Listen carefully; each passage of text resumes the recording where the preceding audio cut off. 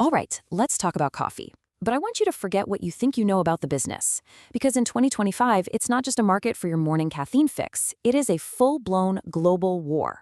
And if you really dig into the latest financial filings, you can see this war is being fought on multiple, really complex fronts, from capital strategy all the way to automation.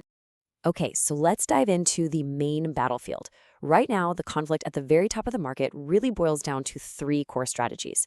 On one side, you've got Luckin Coffee, and they are waging a war on value. Think hyper-efficient, super low-cost options.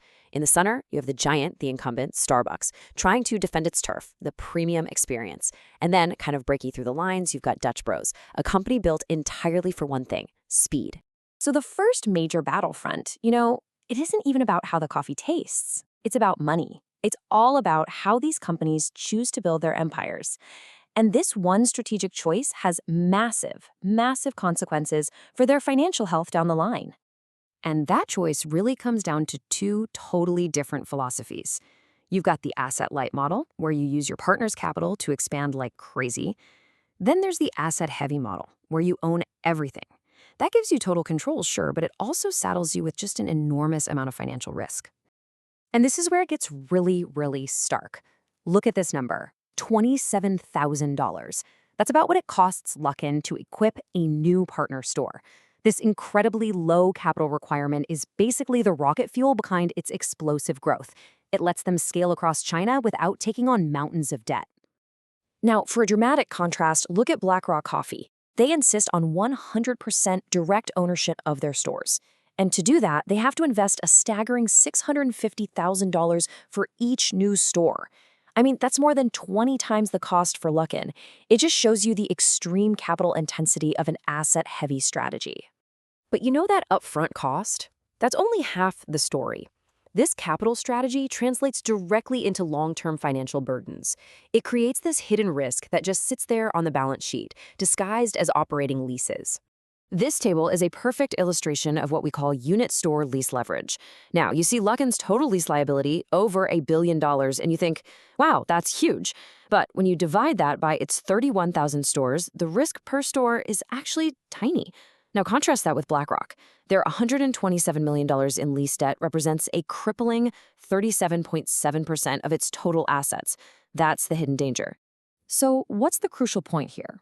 It's this. Your capital structure literally determines your cash flow. Luckin is a cash-generating machine funding its own expansion, even building new factories. Dutch Bros is also generating positive cash flow, but they use debt to grow even faster. And then there's BlackRock. They're in a state of severe cash flow inversion, which means they're burning through their IPO money just to stay afloat. Okay, this brings us to our next battlefront, because with the market being so competitive, companies can't just sell coffee anymore. They have to build what's called an operational moat, some kind of unique business advantage that protects them from all of the competition. Dutch Bros has built a brilliant moat. A full 25% of its sales come from its own Rebel energy drinks. This coffee plus energy model insulates them from the coffee price wars, and it's a key driver behind their really impressive 5.6% same-store sales growth. Now, JD Peet's, they're fighting on a completely different field. They're not trying to be on every street corner. They're trying to be in every kitchen. By focusing on consumer packaged goods and global distribution, they've built their moat around the at-home coffee experience. And this is Starbucks' secret weapon.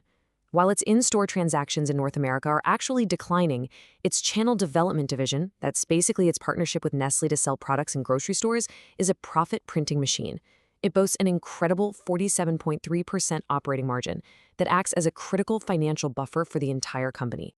And that brings us to the final battlefront in this coffee war, the race to automate.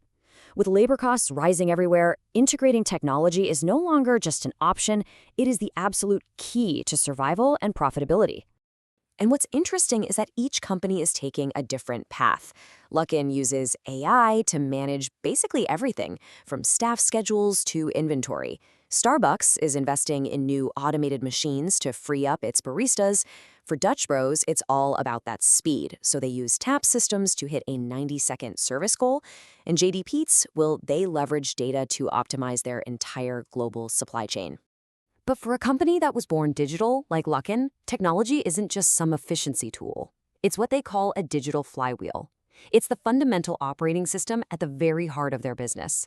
Everything from ordering to the supply chain to operations, it's all managed through one single seamless digital platform.